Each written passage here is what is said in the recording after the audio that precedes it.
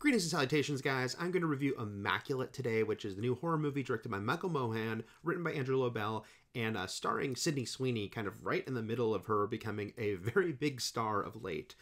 She also produced the movie, though, and really, helped make this film happen in a big way. I'll talk about that briefly, but first I want to talk about the story here, which is Sweeney plays Cecilia.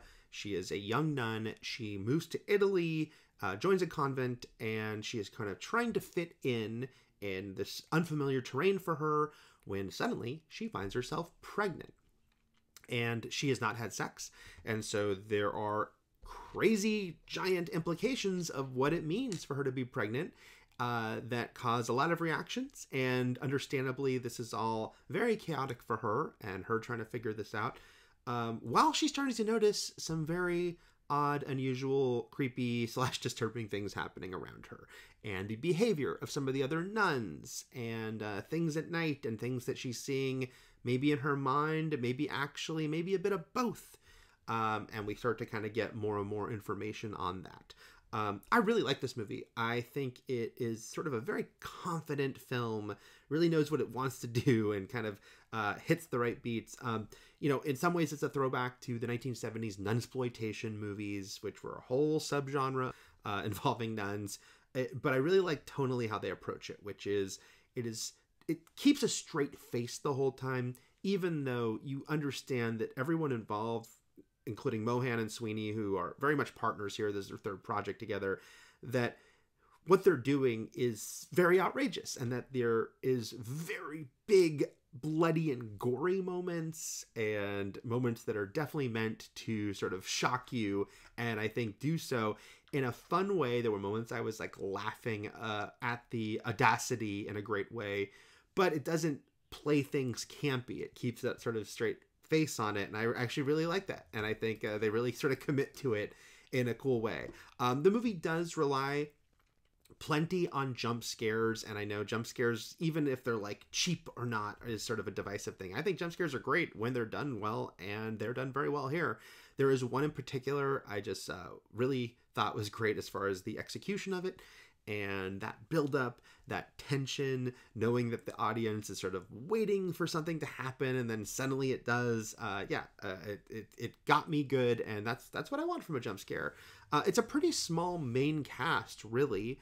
And only a few people have prominent roles. That includes the Wheel of Time's Elvira Morte, who's quite good as Father Sal, who's the one who kind of recruited Cecilia to come to this convent.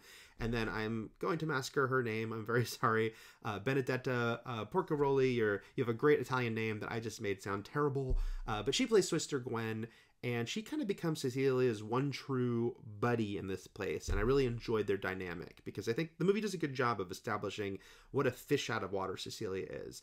She is, younger than almost anyone there, and she's the only American, and she's trying to speak Italian, but not doing a very good job of it.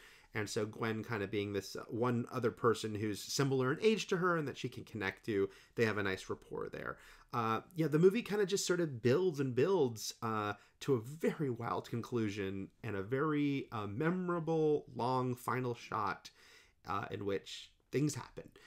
And I think, this is going to be a movie that crosses lines for some that they won't love. But, if you're like me, and if you just kind of like that wavelength of horror that, just goes for it, I was very happy with this.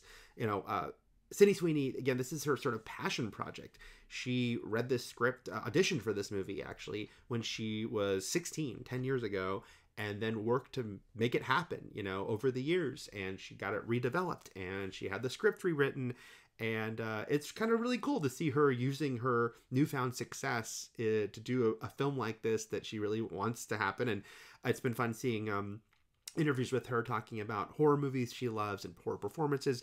Doesn't shock me that she mentioned Twin Peaks, Laura Palmer coming up, and then Possession coming up, because sort of a lot of the tones and places, this is not like Twin Peaks at all as far as like the vibe or anything, but sort of those big, audacious, outrageous moments, and having an actor, a lead female actor who has to go to some big places, I can definitely see the influence there.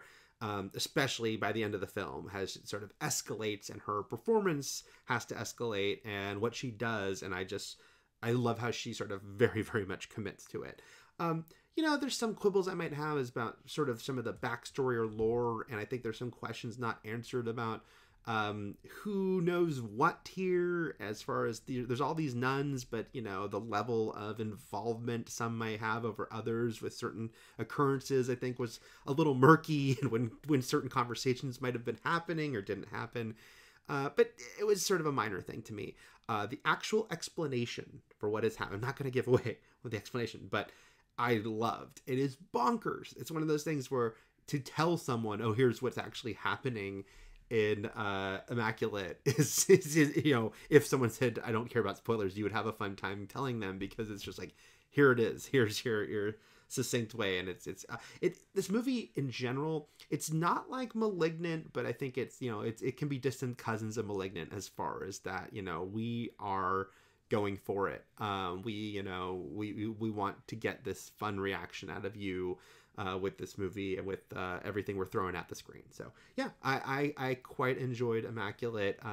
Yeah, won't be for everyone, but yeah, I sat with a great audience who was very into it at an early Beyond Fest screening, and I'm hoping to see it with another fun audience coming up, you know, opening weekend, because this movie, it's sort of playing with you and having fun with you, and I had fun you know, with that experience with it. So those are my thoughts on Immaculate, and yeah, I'm curious how it'll play with the mainstream. I think those who are into it will be very into it.